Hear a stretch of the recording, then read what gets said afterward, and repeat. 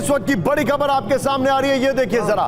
तेल अवीव में जो अटैक किया गया है, अब हमारे जितने भी दर्शक आ रहे हैं आपको क्विक अपडेट दे दूं। आइए राहुल जरा एक बार इन ब्रेकिंग शॉट्स के साथ उसी विंडो में आइए जिसमें हम तीनों लोग दिखाई दे रहे हैं। देखिए, अब से थोड़ी देर पहले ईरान ने 3 राउंड्स में अटैक किया है। नंबर 1, इस अटैक में 200 मिसाइलों का इस्तेमाल किया गया है। नंबर 2, नंबर 3, ईरान ने अपनी नेवी का इस्तेमाल किया है। नंबर 4, इजराइल का एयर डिफेंस सिस्टम 100% कामयाब नहीं रहा है, बल्कि 50% कामयाब रहा है। नंबर 5, अमेरिका का एयर डिफेंस सिस्टम थर्ड की मदद लेनी पड़ी है, फिर अमेरिका ने खुद मदद की है। नंबर 6, कतर के अमीर और ट्रंप की बातचीत हुई है। नंबर 7, ट्रंप और नेतन्याहू की बातचीत हुई है। नंबर 8, इजराइल के डिफेंस मिनिस्टर ने कहा है कि आज इस वक्त जो हुआ है ये रेड लाइन क्रॉस हुई है, हमारे नागरिकों को निशाना बनाया गया है, इसका हम बदला लेंगे। और इसका सबसे बड़ा एग्जांपल अगली ब्रेकिंग न्यूज में आ रहा है। ब्रेक करिए। तेल अवीव की कई सड़कों को किया गया बंद। ब्रेक करिए जरा, सीधे दिखाइए ब्रेकिंग और शॉट। ये देखिए जरा, तेल अवीव में इजराइल के कई इलाकों में, तेल अवीव में ईरान के कई मिसाइल गिरे। दिखाइए जरा ब्रेकिंग और शॉट राहुल। ये देखिए जरा, फर्स्ट ऑन टीवी9, तेल अवीव में कई सड़कों को किया गया बंद। पुलिस ने जगह जगह बैरिकेड लगाई। तेल अवीव में कई जगह पर ईरान के मिसाइल गिरे। ये लाइन ऐड करिए।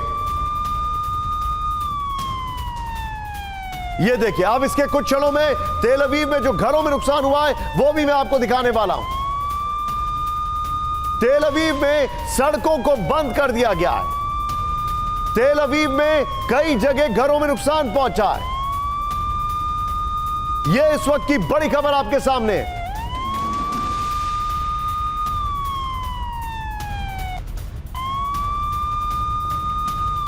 इस सब के बीच में एक और बड़ी खबर राहुल, 2 ब्रेकिंग 2 शॉट दिखाएंगे इसके बाद। तेल अवीव की कई इमारतों को बड़ा नुकसान। ब्रेकिंग और शॉट।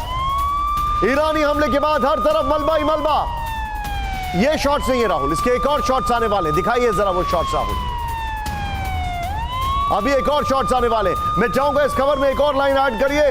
तेल अवीव के कई घरों को ईरानी मिसाइलों ने निशाना बनाया। ये देखिए जरा, मैं चाहूंगा राहुल दोनों ब्रेकिंग दोनों शॉट ऐड करिए और इसमें लाइन ऐड करिए। तेल अवीव के कई घरों को ईरानी मिसाइलों ने निशाना बनाया।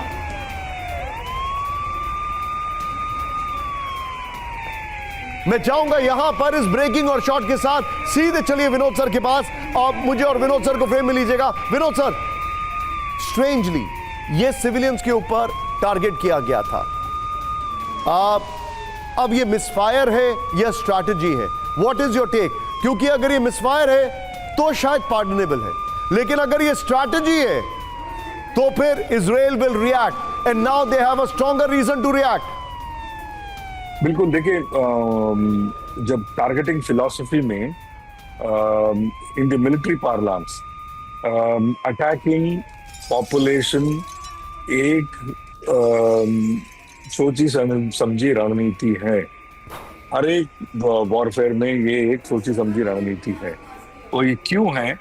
जब आपके जो पॉपुलर सपोर्ट आपके खिलाफ हो, या फिर 50-50 हो, या फिर 60-40 हो, पॉपुलर बिलीफ को या पॉपुलर जो प्रेशर है आपके ऊपर, उसको बढ़ाने का अगर कोई जरिया है वो है attack on population. Attack on population, निशान जी, 2-धारी तलवार है। जब आप अटैक ऑन पॉपुलेशन करते हैं, हो सकता है वो पॉपुलेशन आपके तरफ हो जाए और आपके साथ खड़ी हो जाए कि आप भूल चूक माफ कीजिए और जाकर के दुश्मन को अटैक कीजिए।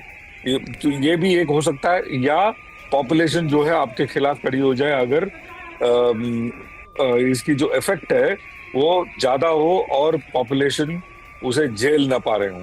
अगर इसका दोनों एग्जाम्पल मैं दूं, पहले का एग्जाम्पल मैं आपको दूंगा तो इंडिया का दूंगा, क्योंकि यहाँ पे ऑपोजिशन लीडर्स भी एक साथ मिल करके बाहर गए और इंडिया की बातें उन्होंने दुनिया के सामने रखी।